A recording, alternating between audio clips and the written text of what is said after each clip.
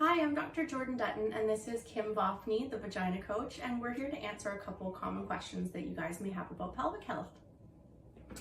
So we have some of our props here that will help us, but Jordan, can you tell us, how would somebody know that they have a pelvic floor problem, or what would prompt them to be evaluated? Yeah, so what I see most in my office is usually women who have pain with intercourse. A lot of people think that it's super common to have pain with intercourse, but you shouldn't. The other things often I see are people getting ready to have children. They just want to be preventative about it. But other people who already have some urinary incontinence where they either have it because of stress. So if they laugh, cough, or sneeze, they overflow a little bit. They pee too much, they have urinary urgency, or they have bowel issues like incontinence or constipation. Mm-hmm. Yeah, a lot of people don't associate constipation with a pelvic floor problem. They're always working on gut health, which is important, but oftentimes it's a pelvic floor problem that's very fixable. So easy to fix if you know where to look. Yeah. So can we have this amazing model here today? I wanted you to just kind of run through with our viewers, what is the pelvic floor and how does it work? Yeah. So the pelvic floor used to be a part of the body that nobody was talking about, and it still is, but it's getting a little bit more attention. So the pelvic floor as a terminology is used a lot more, but still people aren't quite sure what exactly it is. So this is a female pelvis. Male, female anatomy have the same bony structure. Male also have a pelvic floor. The female pelvis is wider. We have the additional opening of the vagina. We go through menstrual cycles. Many of us become pregnant, so we face additional challenges with the pelvic floor. But essentially, this group of muscles that closes off the base of our pelvis. So we have the pubic joint here at the front, we have the two sit bones on the side, and then at the back, the base of our spine, we have our sacrum and then our tailbone. So the tailbone, the pubic joint, and those two sit bones are where the pelvic floor muscles attach and they close off that space. And their jobs are to manage our continence. So managing the openings of the urethra, the vagina, the anus, to allow things to come in if we wanted something in, but also let things come out like pee, poo, fart, babies. And we also have these muscles that are helping hold our internal organs, so bladder, uterus, rectum, up in their proper anatomical position. Because of the attachment points on the pelvis and the base of the spine, the pelvic floor also plays a role in our pelvic and spinal control. It's actually, the pelvic floor is the foundation of our core, so we've all heard of core exercise. And it also contributes to our sexual response. We actually have 3 layers of muscles in the pelvic floor, and multiple muscles, a huge blood supply, lots of nerves. And so these are really, really important jobs that really nobody's ever told us about before. So it's important for maintaining continence, for our core control and stability, for our sexual response, and for our organ support to pay attention to this group of muscles. Mm-hmm. I would add too that when we experience a trauma, whether it's, trauma can come in many forms. So sexual trauma, a fall on your snowboard or your skis, a slip on the ice, it can really cause the dynamics of the pelvic to shift. And if those muscles squeeze, they put pressure on the vasculature and the lymphatics in the area that supply the tissues. So you actually may have things like vaginal dryness and chronic infections because your area is not clearing or getting the supply that it needs. Mm-hmm. Yeah. And now it's your turn. I would love for you to describe a little bit more about our vulva-vaginal anatomy. Yeah, so everybody's vulva looks a little bit different, but at the end of the day, we all have the same parts.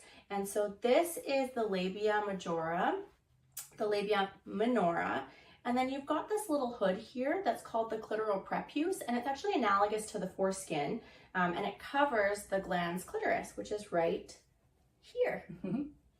The clitoris actually descends, so it's not just this little nubbin.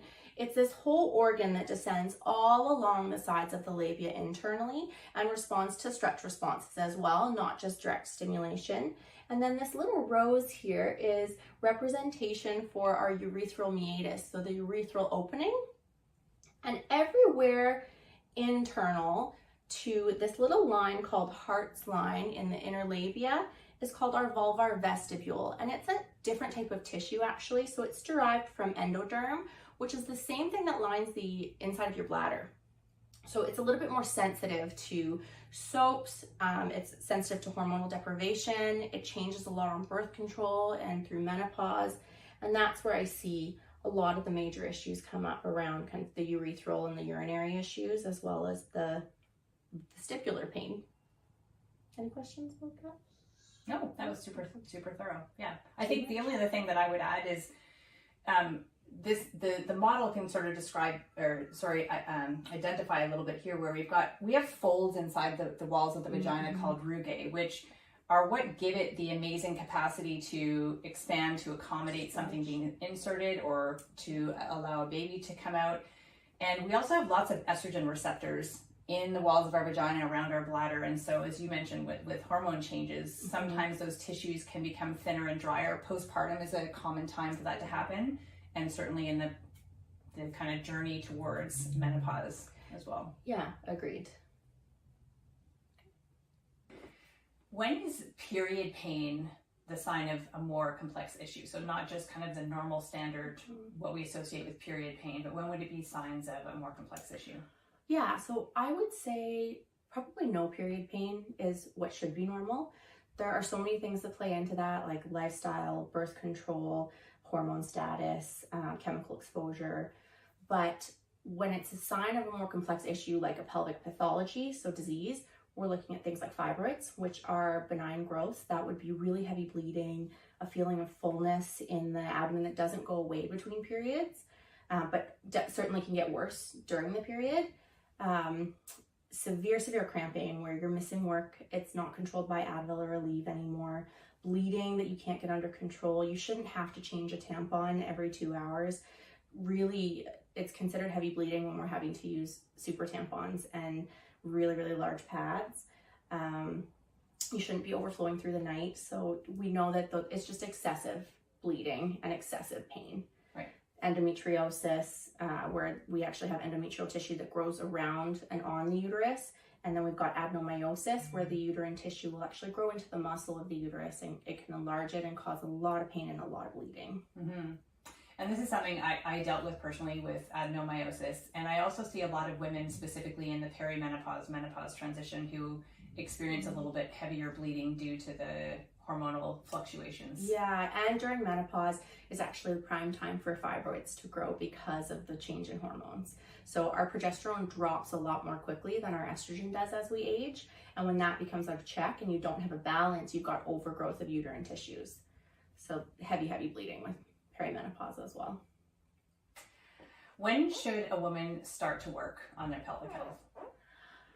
I would say, I wish more girls were taught about their pelvic health in school. If we could start this from day one, knowing anatomy and function of the pelvis, I would say like grade school.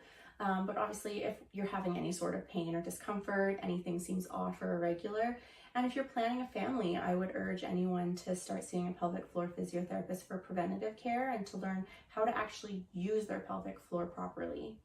One of the actually biggest reasons that elderly women end up in care homes is urinary incontinence.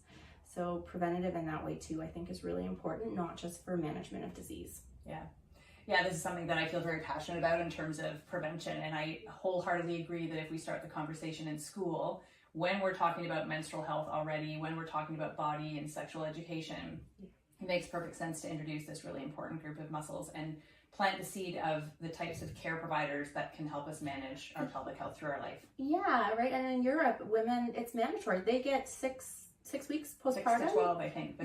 Sessions with a pelvic floor physiotherapist. And here, it's not really common. It's becoming more common, thankfully, but it should be everyone, really. Yeah, and something that I always say is, speaking of young children, we teach our kids to brush our teeth and floss, and it's been ingrained in us from a young age to see the dentist once or twice a year. And I think if we planted that seed to have the same level of care for our pelvis and our pelvic floor, I feel like there would be so much less suffering that women face throughout their life with their menstrual cycles, with sex, with pregnancies, childbirth, menopause. Exactly. And I think like even teaching children proper breath, right? When you strengthen something, so you're going to a yoga or Pilates class and or ballet, you're taught to pull everything up. And so as you strengthen, you must also lengthen. Yes. So learning to do just a good 5 minutes of really effective breathing after an exercise session is like key. Yeah.